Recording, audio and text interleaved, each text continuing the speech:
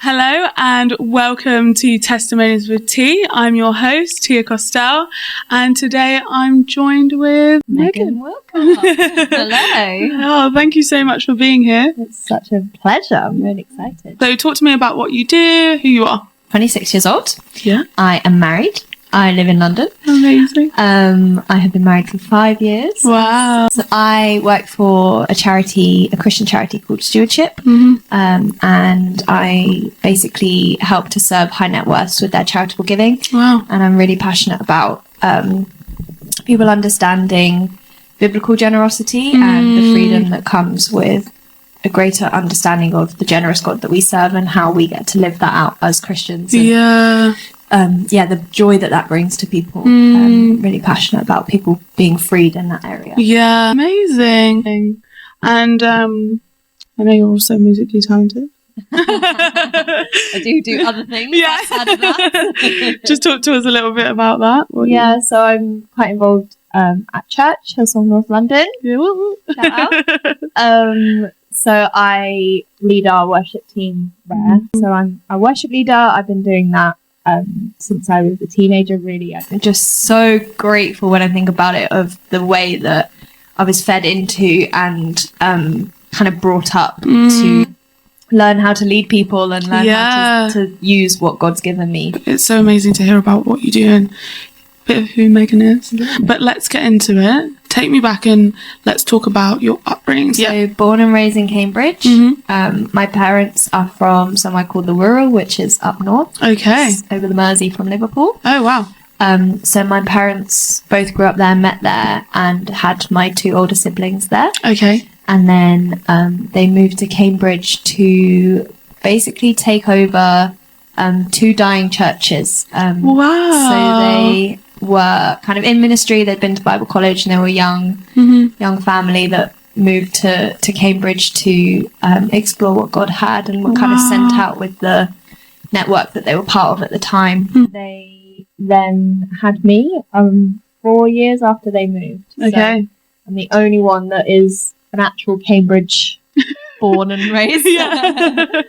That was I'm 26, so they moved over 30 years ago, and have been leading that church ever since. Wow. So they are incredible people, incredible pastors. The church is called the C3 Church in Cambridge, but they also have a location somewhere called Bury St Edmunds, which is in Suffolk. Oh, I've heard of that, and a location in Colchester and Essex as well. Wow. Yeah. So that's amazing. Pretty cool. Yeah, so you grew up, in that church, I'm guessing then. Yes. Wow, amazing. As a pastor's kid. Wow, what was that like?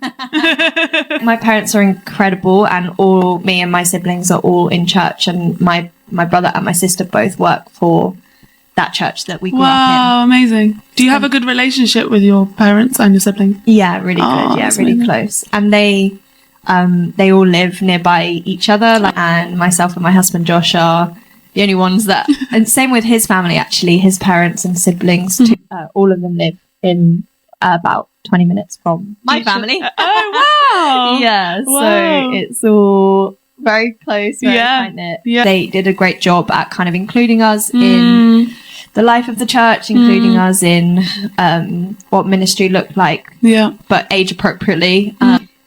There was obviously challenges, and there were really, really difficult times where I remember kind of really close family friends who left, but not in a good way. I felt very betrayed at the time.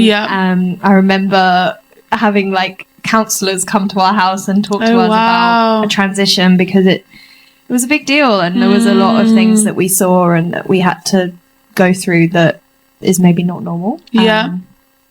But somehow, by the grace of God and by a praying family and through his faithfulness, we have all come to know him for ourselves, and are all passionate about the church, are all passionate about seeing the church bring transformation and healing in our world and people knowing Jesus. So it's quite unique, I believe. Yeah, for sure. I think especially because I think being raised in a church can very easily go one way or the other. Yeah. And the fact that 3 siblings went the one way is incredible. Yeah. I bet your parents really couldn't ask for anything else. Yeah. Which is amazing. Let's dive deeper into that, like what that upbringing then looked like. Did you go to then like a normal school, and like the dynamic with friends within that? I feel like before we go to that, I should probably tell you about when I was born. Okay, yeah, let's do it. Because it's a big part of my testimony. Oh, amazing. Yeah, please.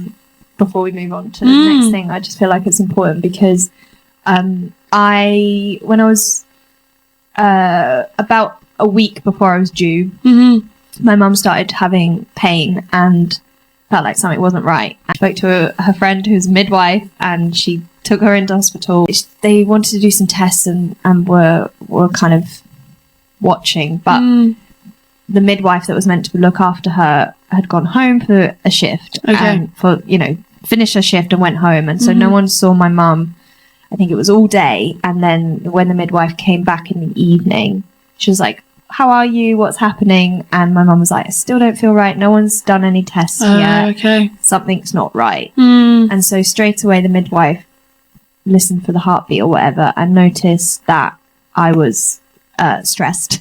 Rushed my mum into theatre for an emergency C-section. And my mum has spoken to people since who say that they reckon that we had 10 minutes to live because of the situation that was happening. So the placenta was removing itself, which is not meant to happen until the baby is born. Yeah. And so that meant that I started breathing, because once the placenta removes, the body starts to breathe. And so I started breathing and took in then the fluid that was around me, and therefore was starved of oxygen.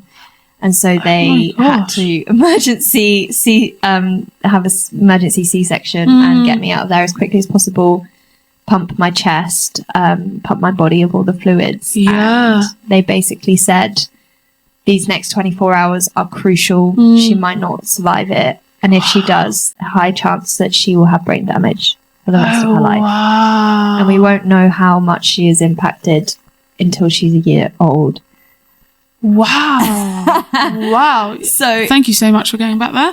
It feels like a very important part of my testimony, because I have always known that my life is a miracle, and that God has clearly graced me for something because he wanted me here. Yeah.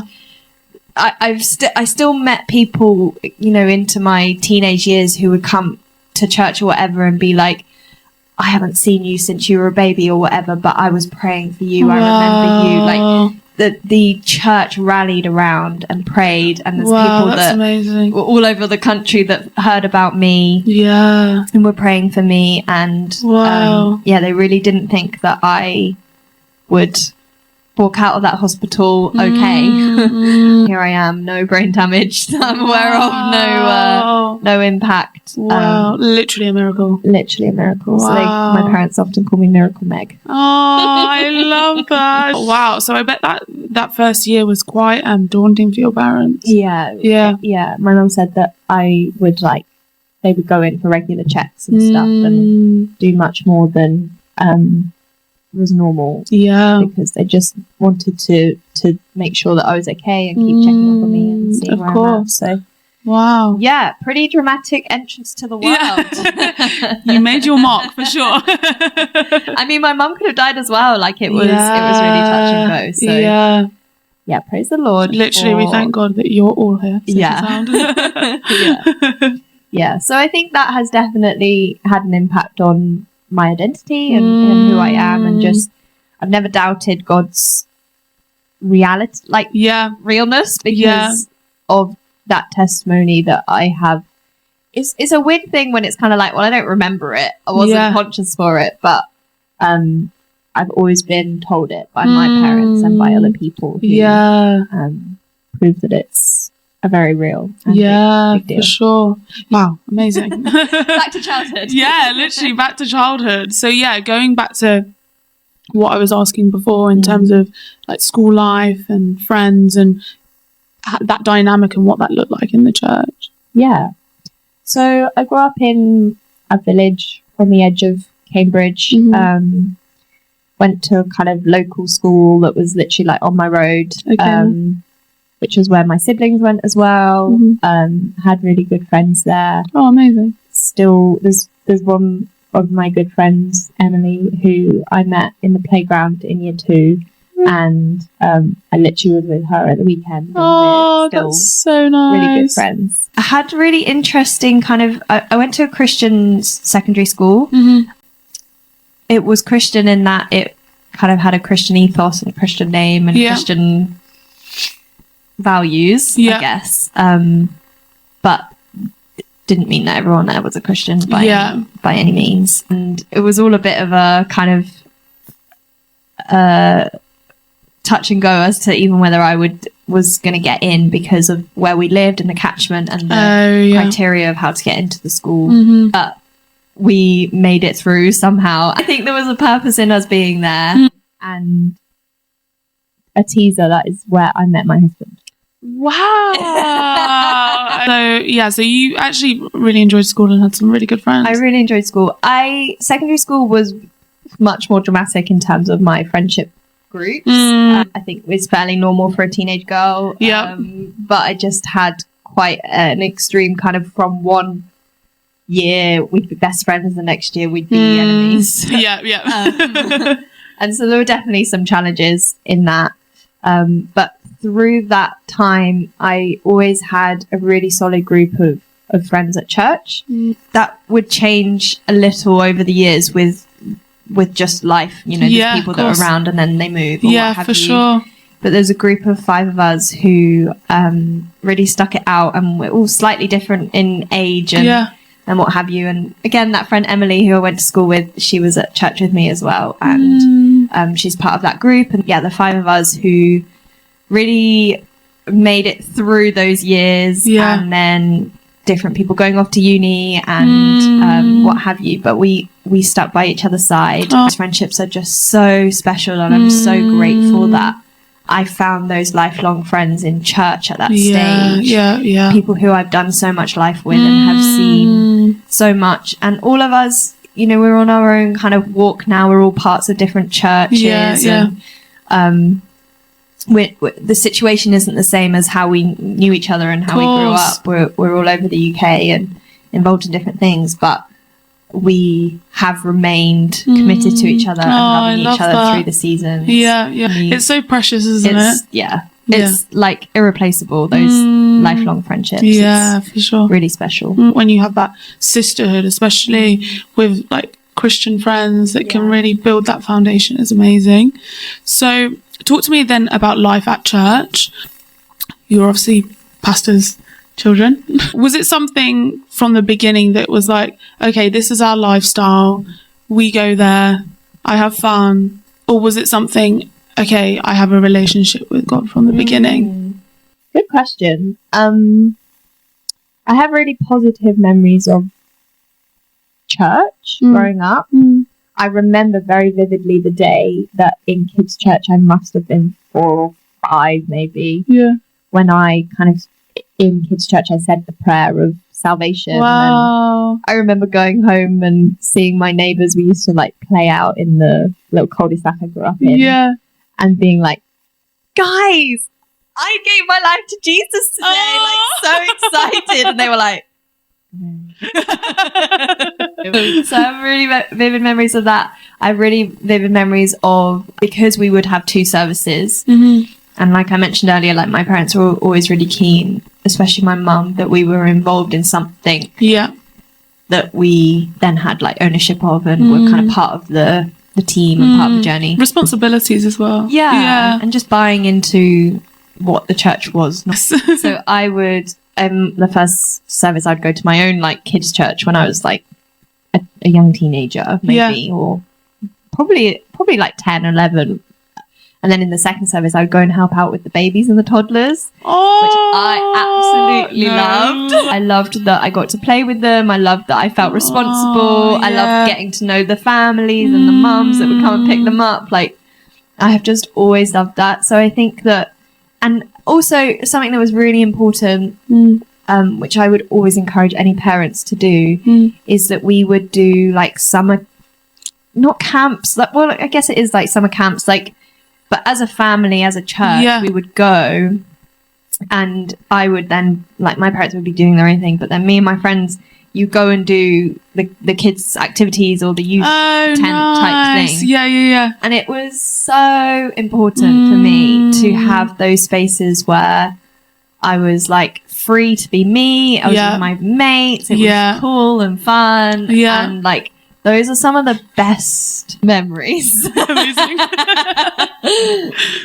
It's perfect, yeah, those are some of the best memories that were so important for me in my walk with God, because not only was it fun, it was literally like I would have just an encounter with the Holy Spirit, an encounter with God that doesn't happen on your regular Sunday. Like maybe it does every now and then, but those spaces are so special. And I would always highly recommend for parents to prioritize that and prioritize kids finding their own spaces to experience and to experiment almost with what God is for them and who God is, and he will reveal himself to them as a child if they're in those spaces that are made right fit for that. So. Because I guess, like you said, it's without then having the restriction of, I guess, the church. You can really, I guess, discover yourself in a less restricted way. Yeah, and I think there's something about being a pastor's kid where I have always felt like there are eyes on me. Yeah. I've always felt like there's an expectation of me. And whether there is or not is different, I guess. But in my head, there has been. And that's very well-meaning people who care about you, but sometimes it just... When over and over again, you have people who are interested in you or know things about you, or make comments about something because your dad's mentioned it in a preach, or they get insight into your life and they think that they know you, and like it's all well-meaning and it's all none of it was. I never experienced anything toxic or like malicious. But it still just meant that I was always aware that people could see me and people watching, and I think I've still got that. I think I've carried that with me. But I just remember, like, even standing at the front, like, if I put my hands up, will people see? Or like, you never want to be seen to be doing the wrong thing. Or did you feel like that came with a lot of pressure then? I think so. Yeah. And I think you don't, as I say, like, maybe there's still things that's made me into who I am, which is not a bad thing, but it just, maybe there's things that you don't even process for sure until you're out of that. Or in the same way, it made me think of like the same way when people think they know who you are from like social media, and it's like you make all these, I can see a bits of it, and it's like you make all these assumptions, but it's like, but you don't really know me, but then now you're expected to be that person, which is why it's so important to have those people, thinking about those friends who I felt like I could be myself with. Yeah, for sure. And that wasn't always in the youth evening situation. Yeah. Because even there, I would feel sometimes like I couldn't be fully me because I was still, even with my youth leaders, my parents were their boss. So like it... Yeah, so then it gives it... this right dynamic. Yes, of course. To have those people and those spaces that were different from the norm, and I could be myself with, was just invaluable. Yeah, for sure. I guess with the perspective of it all, I guess it was really important actually, because maybe if you didn't have that, it could have looked completely different. But the fact that you still had room to be who Megan was, I think is such a blessing. Did you find that there was any pressure ever from like your parents being pastors? I feel like they did a really good job at that. I can't recall a time where I felt pressured. I never felt like there was a pressure from them to perform or to be anyone outside of who I was. Oh, amazing. Or even force God on me. Like, they would, of course, encourage it and talk about it, and it was kind of assumed in some ways, but it was never like I don't know. I never had the moment where I was like, I don't want to go to church, and they had to force me. So maybe it would have been different if we were different people. Yeah.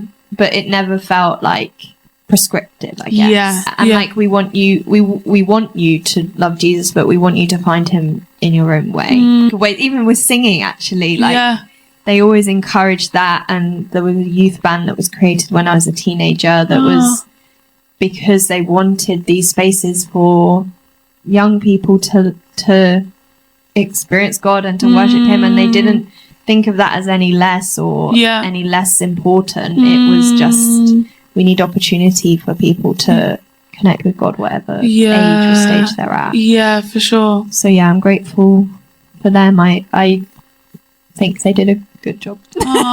Did you always love singing growing up? Yeah, as long as I can remember. I did like theatre school, so I do like dancing and drama and singing. Like, like a stage school. As long as I can remember, I have done performance of some kind. Yeah, it's interesting because like I'm so grateful for those experiences, but they're also different from worship and worship leading. So I remember doing those things and doing singing and loving that, and always being in the school choir and doing solos at school and stuff. Loved it. But then there was a time that changed to be, well, I'm joining the youth team now, and then I'm going to start singing on platform, and those skills were really helpful because I had confidence. I had confidence that like the grown women didn't have. Wow. Because I had just experiences, and I think I have been confident in that area naturally. I don't know why or how, but maybe those experiences of like doing it regularly. And I don't know, it's part of who I am as well. Like I was about to say, I feel like sometimes we are just gifted with things, and there doesn't need to be an explanation. You know. And it's quite funny because I think I've had a bit of a kind of shame around that of like being a performance-y person. Because you don't want that. I don't want that to come into my worship, and I don't want that to be who I am as a worship leader. Of course. But it is also who I am. So that's always going to come into everything. That who I am, and like things like talking about my testimony or talking in church or speaking in front of people, like that doesn't scare me, and I know that is not natural to a lot of people, and that scares a lot of people, and that is just something that God has gifted me and all of my family. Amazing. So obviously you then went to the Christian school. What kind of happened after that? So did that go to sixth form, like, or was it like college, or how did it then? So there was no sixth form attached, so I had to go to a separate sixth form. I guess academia has always been a bit of a part of a challenge in that season, because all of my friends were very smart. And I'm not smart, but I struggled with exams and with just like my mum. It was originally, before she was a pastor, she was a maths and science teacher. Oh wow! But those maths and science genes did not get passed to me and my siblings. We're creatives. So me and my mum worked really hard. She like tutored me through my GCSEs, and I managed to get a B in maths, which I never thought I was going to get. So I did okay in my GCSEs, and it meant that I just about got into the best sixth form. One of the best in the UK. Oh wow, amazing. All of my friends, like best non-private. Yes. Sixth form. That all of my best friends were like guaranteed a spot, but none of my siblings got into. And so it was like, I did it. But I hate it. Oh, really? Because it was, the reason why it's the best is because it's so performance heavy, and it's all about you getting the best grades and how they can get people out there with A's. Right. A stars at the time. And I got C's. So again, not bad at all. But at that time, it felt like especially when it's the school's push. So I guess, do you feel like you didn't really get that much support because you weren't that like not shining student? And one of the really hard things, as I've kind of referred to, is that my best friends and my community were all easy, like they could do it. And so I just felt like the only one who was struggling. And at the time, I don't think I realised that I hated it. Okay. But now I know that was what that was not a fun experience for me. Yeah. However, it is when I started dating my now husband. Okay. Okay. So, but again, he is really smart. And so it was him and like my best friends who were all doing maths and things like that I just don't work with my brain. I mean, I don't think I would want to have done it any differently, because it was, it was when me and Josh got together, and it was so important of a life stage. It really was quite pivotal, I think, in my then next steps. And I decided that I didn't want to do a degree. I didn't want to pursue further study. And it was around about that time that I felt called into ministry. Okay, wow. I kind of realised realised that I couldn't deny the path that God had for me. Wow. So rather than going into the university path, I looked into Bible colleges instead. Wow. So I looked into Bible colleges in the UK and decided that none of them were right for me at the time. Because I'd grown up so involved in church, was leading worship, was, kind of quite experienced in many ways. I felt like a lot of what I was seeing was not a step up enough. Because you were so used to the environment. Anyway. And they were all quite different contexts to what I knew, quite different style and what have you. That was when one of the leaders in church said to me, well, have you ever considered Hillsong College? And I thought, well, that's in Australia. And I'm dating a lovely man who I will definitely marry. And I don't want to move to Australia. Yeah, and that was the whole thing. Wow. So just before we dig into the whole Hillsong Australia and all of that, see, from the beginning, literally 4-year-old, giving your life to Christ. Do you feel like then obviously you were constantly in the church anyway, but do you feel like the relationship with God always then remained and got deeper? Yeah, I think so. When I was probably 13, 14, I went on one of these kind of summer camps with actually a friend from school rather than with my church. And I made a very conscious decision at that conference. I kind of responded to the salvation moment.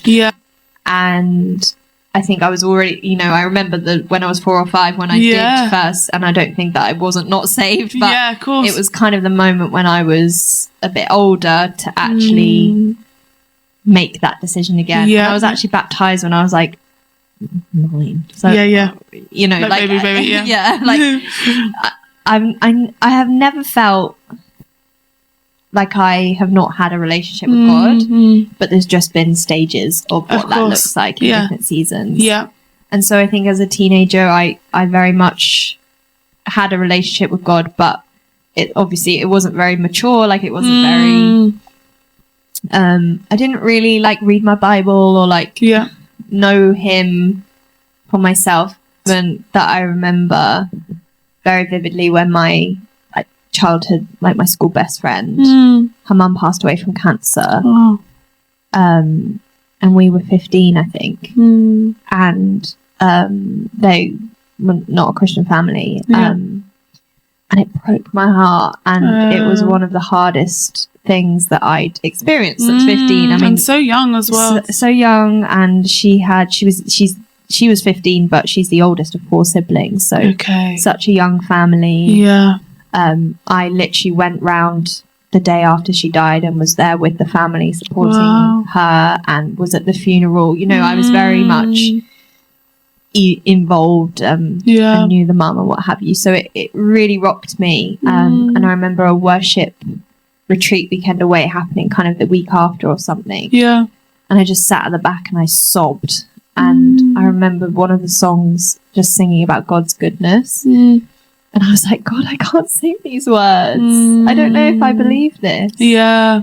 And it was a really pivotal moment, which is why I wanted to mention it, of me just being like, well, I've always believed in God, but now I have to believe that he is good and true, even when I don't feel like it. Yeah. And I remember singing and through tears and you know, going to trusted people over that weekend and just having them walk with me on that journey. And I'll never forget that, and I've never wavered from that. God is good. God is good. And I know that to be true deep in my soul, even when I don't feel that. Yeah, for sure. And what a major revelation to have at 15. Pretty big. Yeah, for sure. But one of those things that just becomes a foundation. Exactly. So what better time, you know? Yeah. But it was really when I went to college, when I was 18. I was there for 2 years, and that transformed my walk with God. Wow. So prior to then Australia, obviously with your partner Josh. Yes. You guys are dating. Yeah. So obviously, was it just in school, literally, or? So we met in school. Yeah. We were part of very different circles. Okay. He doesn't mind me saying that. He would always say the same. He'd always say that I was like the cool girl, popular, and he was a nerd. And so we were friends, and I knew he was a Christian, because I say not everyone was. It wasn't guaranteed. Yeah. So I knew who the Christians were. Yeah. When we were, I hate me saying this, but when we were like 15, 16, he was dating one of my friends. Okay. And then in the summer between secondary school and sixth form, they broke up. Okay. And then we started sixth form, and at that stage, at 16, his family joined the church that I grew up in. Oh, okay, wow. So they hadn't been part of the church before, joined the church at 16, and then he just was in every area of my life, because he was in sixth form, and your group of friends changes when you go to sixth form, and less people were at that one, so then we knew them and his group of friends, and I'd kind of become more friends with that group anyway in year 11. Year 11. We were at youth together on Fridays, we were at church together on Sundays. We just ended up being together. Of course. Outside of school and at school. Yeah. And so we became really good friends, and that is a cliche to say, like, my best friend, but we became really good friends. He would come over like after school before youth, because he lived further away, and like we'd revise together and what have you. I became best friends with his sister. She's part of that group of 5 friends that I mentioned earlier. Oh, that's so nice. Yeah, so our parents became it just 2 worlds, literally. Yeah. Then in between year 12 and year 13, we went on a trip to Watoto in Uganda. Oh, wow. And amazing. Yeah, it was really fun. We were there kind of doing some building so Watoto is a children's charity that takes orphans and puts them in homes with families, and so we went as a group from church to like do some building in one of the villages. There was a group of us teenagers who hung out the whole time, and that's amazing. It was so fun, and that was the time where we really kind of hit it off. I don't know what the right term is. But that was when I basically admitted to myself and to my friends that I really liked him. And it was that summer that it took a while. I ended up messaging him in August of the summer after the trip, and saying, we should hang out sometime. I love that. And his response was, why? That's typical boy. Literally. 17-year-old boy, probably like gaming in his bedroom. Like, what do you want? But luckily we got over that. Okay, great. We ended up going on a date at the end of August. His family all knew that he was coming, because it was like, oh, Josh has left the house. We hung out like for the rest of the day. And then there was a young adults event in the evening at church. And so we ended up just like keeping on talking, keeping on going to different coffee shops and stuff. And then turn up to this young adult event, and his sister, who remembers my best friend, ran up to me and said, "Oh my gosh, we could be sisters." I love that everyone was cheering for this. And then it was when I was looking at moving to Australia and applying for college. It was Josh who, in front of my family, I was kind of talking about the options, and I was like, but it's so... I was just making excuses and saying why I shouldn't go. And he said, "Megan, stop writing yourself off and stop making excuses. If you want to do it, then do it." You could then see that actually, like, he was going to support you through it. Exactly. I think I was just waiting for that. I was so scared about what that would mean for us. Yeah, of course. And I'd had this idea that I would just study. He was moving to London for uni, and I was like, well, I'll just study nearby so we can always be together or whatever. And I just needed that permission and that nudge to be like, you go and do what you need to do, what God's calling you to do. We'll work this out. Like, and obviously, Australia. So you decided that obviously was going to be what you were going to do. So I literally applied the next day after he said that to me. Wow. Okay. So it was literally like the final seal to then be like, I'm going to do this. So you applied to the college, and what was it that you were applying to do? So it's kind of a practical... It's like a leadership college. Oh, wow. So it's theology, but it's basic theology alongside a practical element. So for me, it was vocals. So I went there to do like singing plus theological study. Plus, as part of the course, you have to do a certain amount of hours of like basically volunteering. Okay. Yes. As part of that. And I signed up. I said that I would go for a year. Wow. And then I got there and I was like, I'm going to be here longer than that. Okay. Wow. So you applied. Was there like a long waiting time of like finding out? It wasn't too bad. I don't remember it being too painful. The visa stuff is obviously a thing as well. So it wasn't guaranteed just because I had a place. Of course. It was expensive. I was working, so I worked as soon as I finished college to save, but I mean, I wouldn't have been able to save enough. And it was actually incredible to see God's provision in that season because I basically asked people for money. Wow. And raised enough to live there for a year. Wow. Cover all of my costs of moving and visa and that's healthcare. Incredible. And doesn't he really provide? that in itself is a huge lesson as a 17, 18-year-old Christian in your walk with God. Like just seeing him reveal himself is maybe that's why I'm passionate about what I do now. Like I've had that experience of he is provider and he will not let you down. Wow. That's amazing. So then the visa's accepted. Flights booked. What were you feeling? Oh, it was a big deal. Yeah, massive. And we're not talking about 2 hours away. Yeah. I'm the youngest child and my parents are like, what are we doing? Australia's far away. Yeah. My friends were all like, had moved to uni, but then I was going a lot further than that. And we had no idea, like, because I applied for a year, but then I had a conversation with someone who had done it. And she was like, if you're going to do it properly. Like, you need to do at least 2 years. Oh, wow. And that was before I went. So I kind of had the conversation with everyone while I was there. Just be aware, like, it might become more. So we had no idea then really the next time we'd see each other or what life would look like. So what was it like when you got there? Whew, it was hard. Yeah. When I first, I was so sad. I found it really hard to connect with people, actually. Yeah. Everyone was so desperate for connection and for friendship, community.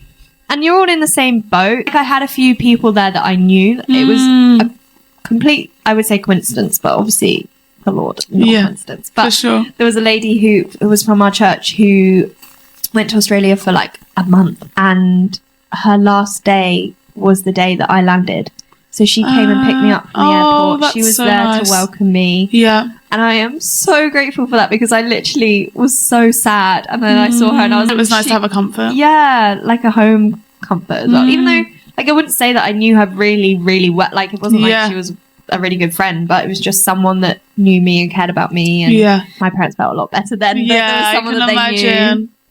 And so she drove me to my new home and got me set up and what have you. But there were special things like that helped me to feel kind of loved and welcomed. But it was really hard. I was very homesick for the whole 2 years. Like, I found that as a challenge. Yeah, I can imagine, because you lived in like in a town, village that was obviously quite small. You'd had your friends for so long and your family and your community, and it had been looked like that for so long. So I bet it was such a shift to then be in this big place. It's like, wow, you're an adult now. So then how was that whole time out there? Obviously you said that it took a while in terms of like settling, and you still felt that it wasn't, I guess, home. Yeah. I always had that pull back to the UK, and even if Josh wasn't a thing, or like, I loved Australia. Like, when I actually got into it, I loved my experience. It's such a fun country, such a different culture. So laid back and beautiful, sunny. Like, it's a dream. So far away from home. For sure. And so I think that my heart for the UK and for my people just grew more and more. I really loved it. I'm so glad that I did it. I made, in the end, lifelong friends, friends who are all over the world now. Which is amazing. And what was the experience of actually, like, the college? What was that like for you? So people have mixed experiences of the college. I wouldn't say that it's all perfect, like nowhere is.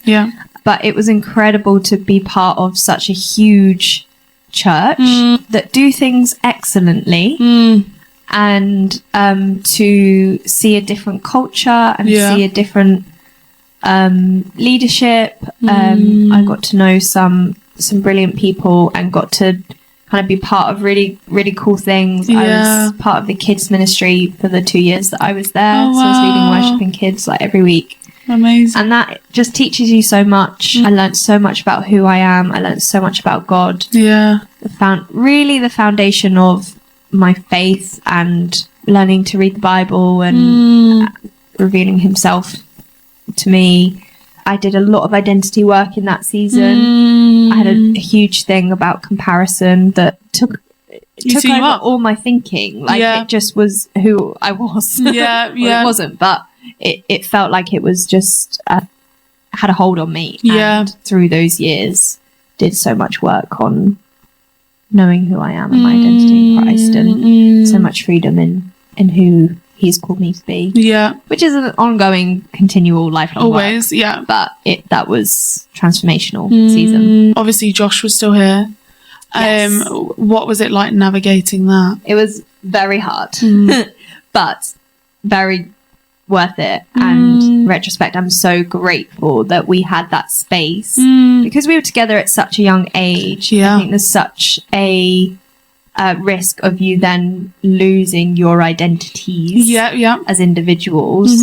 And if we had continued life so close knit, I think things would just have looked different. And it's not saying that it's impossible, but I just think that it was really healthy for us at that age and stage to have lives separately and to throw ourselves into what we were meant to be doing. So he was studying economics at UCL. So he was living the student life, and he was involved in Hillsong London, and you know, that was important for him as a young man to learn who he is and his identity in Christ. For sure.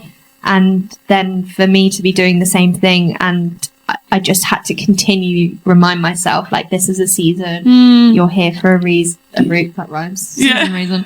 You're here for a purpose, and this will not last forever. So make the most of what this opportunity has for you. For sure. And the first 6 months of us doing long distance were really, really hard, and like the worst 6 months. Especially where you're also adjusting as well, right? Because it's such, but well, both of you were, because he's also moved to London, so it's such a big adjustment, like, for yourselves individually, but then trying to navigate the relationship as well, right? Yeah, and it was after 6 months that he first visited. Okay. Oh, wow. Yeah. So after 6 months, that's amazing. Yeah, it was incredible. Oh, God is just like, when you look back, you're just like, the details of how he works things out. Like, it's really sad, but Josh's granddad died a couple of years before I moved, and then he had all this inheritance money, not loads of it, but you know, it paid for a flight for an 18 or 19-year-old. Yeah. To come and visit. So we got to spend a month actually together because he was on summer holidays. Oh, that's amazing. Yeah. So we spent a month together. So that would have been 2017. Yeah. June, July time. And it was so important and precious. And it was really touch and go. Like, we had got to the point where it was like, this is really hard. And I, if I'm honest, was very distracted with the new life that I was experiencing, the cute guys that were there, the world that I was like, why am I dating this guy that I've known forever? But then as soon as I saw him, I was like, he's my person. And we just had hard conversations, tears, and we're like, right, we are committed. We're going to make this work. And then 6 months after that, so Christmas of 2017, my whole family came for Christmas. Oh, that's so lovely. And Josh came too, and that's when he proposed. Wow. Yeah. Oh my gosh, wow. So what were you, 19, 20? I was 19. Yeah. What was that like? What was going through you? It was so fun. I did expect it. Okay. Because the thing is with long distance is like, you know that you're only going to see each other very few times, especially that long. And you have to have those conversations. And we knew we wanted to get married. And I was like, I will do 2 years, but I don't want to stay for another one. Yeah. Because I want to start my life with Josh. And 3 years just felt like that. Yeah. A little bit. Yeah, for sure. So he would be graduating the year that I moved back. Okay, well. And all very perfect also, timing. like, it was Australia. It was like, why would he wait until I'm back in England when he can do it on a sunny beach in Australia? So I wasn't shocked, but it was beautiful. And then did wedding planning from Australia. Wow. Which is fun. I moved back to England at the end of 2018 and we got married in the June of 2019. So we were engaged for a year and a half, which is a long time, and I would not recommend that. It's so bizarre, the tension that you hold, because when I was back, all I could think about was being there and Australia and everything about my life there and my home there and my friends there. But when I was there, all I could think about was being here. So it just shows like that you're never, like, the grass is never actually greener on the other side, and that you do have to live in the moment that you're given, and make the most of that season. Wow. Yeah, because it's so easy to then get lost in it all, isn't it? Yeah, and wish it away, and not make the most of what God's given you. For sure. And you get married. Yeah, been the best decision, and 5 years down the track, we're still doing great. Wow. Very much kind of have learned how to grow together and to learn about ourselves and learn about each other and learn how to adapt to the different seasons and to what God has in store, and and learn how to lean into him and how to build our lives on him first and foremost. I think that's been like the biggest thing in the past few years, is just really leaning into him and really just seeing his hand at work so incredibly. What was the beginning of the marriage life like? Obviously it felt so right, but I guess there was also that element that you'd been living this long distance relationship, but then also you came to the UK and you're still practically not seeing each other that much. So then to be like in each other's space all the time, what was that like? Like, a lot of people say the first year of marriage is the hardest, but that wasn't our experience at all. And I think it was just because we were so happy to be together. Oh, yeah. From my perspective anyway, it was still like as if this is real, like as if we're getting to do this. And I actually didn't like living in London when I first moved here. So I moved to London when we got married. He'd been here for 3 years. It's the thing that I had to go through with God to be like, why are you calling me to London? Is this correct? Yeah. But Josh works in finance, so he was this is the hub. Going to be a London boy. And my first 6 months, I didn't have like a stable job, and so it was not all rainbows. But that wasn't between us. Yes. It was other things, and we felt very safe and protected, like in our love for each other. And I do think that we had a really strong foundation before we got married, and like that communication of being long distance. Yeah. It was strength to strength. Yes. But what was it like coming to London and then I guess joining a London church? Yeah. What was that like? Yeah, it was interesting. Joined Hillsong Central Campus. Yeah. And yeah, Josh had been there for a few years, and I'd obviously been part of the Hillsong Church in Australia. So I kind of thought I knew what I was getting myself into. But it's quite different. Okay. It's quite different in London than it is in Australia. I did struggle, to be honest, when I first came. I joined worship team, but I wasn't that confident. I think I lost confidence in that season. Okay. Do you think that's because you didn't feel maybe settled? Yeah, potentially, and not particularly like seen. I think a big thing for me is that I have my trusted people that I'm very loyal to. Yeah. And that takes time. Yeah, of course. And I don't let people in straight away. And yeah, maybe it's from childhood stuff as well. Like, I don't just trust everyone just because they want to be my friend. Like, even if they're my friend. No, for sure. Which I think is healthy. Yeah, for sure. What I found very hard in that season was like my parents' church, where my siblings are and Josh's family are, was still very connected to that. Before we got married and I was back in Cambridge for 6 months, I joined worship team straight away. I was leading worship again. Like and it's their life. Like it's all encompassing of everything they do. It's every conversation. It's every moment. But that's really hard then when you remove yourself from that and you're not part of that anymore. Yeah. And it took a while. Because of where I'm at now with my involvement in church and my love for my community and where we're at, it's very different, but that's taken 5 years to get there. Yeah, of course. And it was a real journey for me to learn how to kind of celebrate and appreciate that and not be jealous. Yes. And also for us as a family, for me to learn how I fit in. Did it feel like you were out of the loop? Yeah. Yeah. Like not part of the crew. Yeah, yeah. Which is hard when it's your family. Of course. Who you've always been close to. Did it create a distance, do you think, for a while? I think in certain ways, probably. We've never really talked about it or like addressed it, but changed dynamics a bit. Yeah. I think, for us as a family. Yeah. Even if we didn't realise that. And so it's just, I think for all of us, we've just had to work on how to show up for each other and how to not talk about work or how to, for them to like come into our world and to experience London and our life here and meet some of our community and experience what our church looks like. And that's been really cool actually in the past couple of years since moving to Hillsong North London.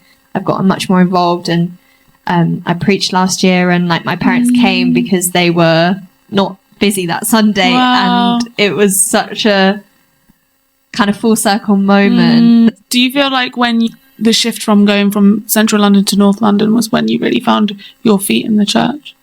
Yeah, I think so. And found yourself a bit more within that. Then when I moved to Hillsong North, the worship pastor Nora, and she was like, I'd love you to lead worship.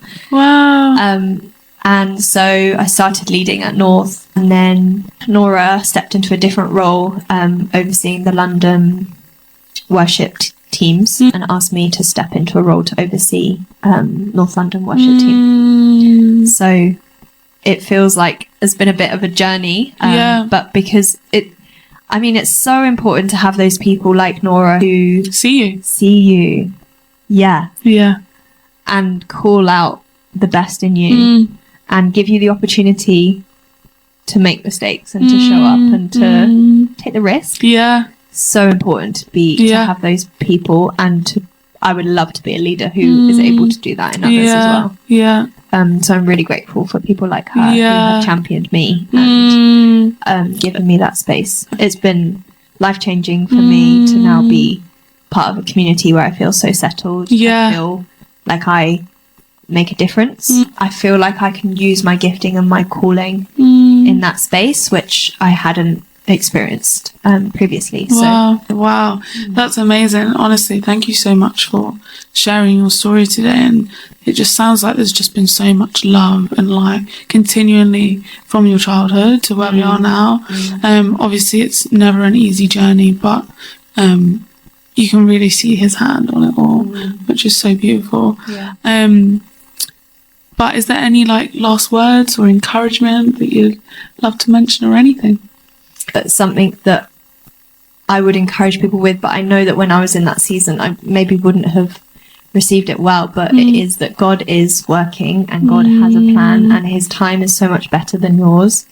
And I'm not saying that I've made it at all. Like I have so many dreams and plans for the future that I'm excited about, but looking back, I don't know if I would have believed a couple of years ago that this is the life that I would be living right now. And so don't lose hope, don't lose the joy that God has got for you on the journey, and you will see his hand at work. And it's so important to think about your testimony. Like this has been so fun to have the opportunity to reflect and natter on about my life and to just remember like God's goodness will never fail. And he is faithful, and he is making a way. Amen. And he is doing a work even when you can't see it or you can't feel it. So don't lose hope. Oh, amazing. Thank you so much for being here today. It was so good to talk to you.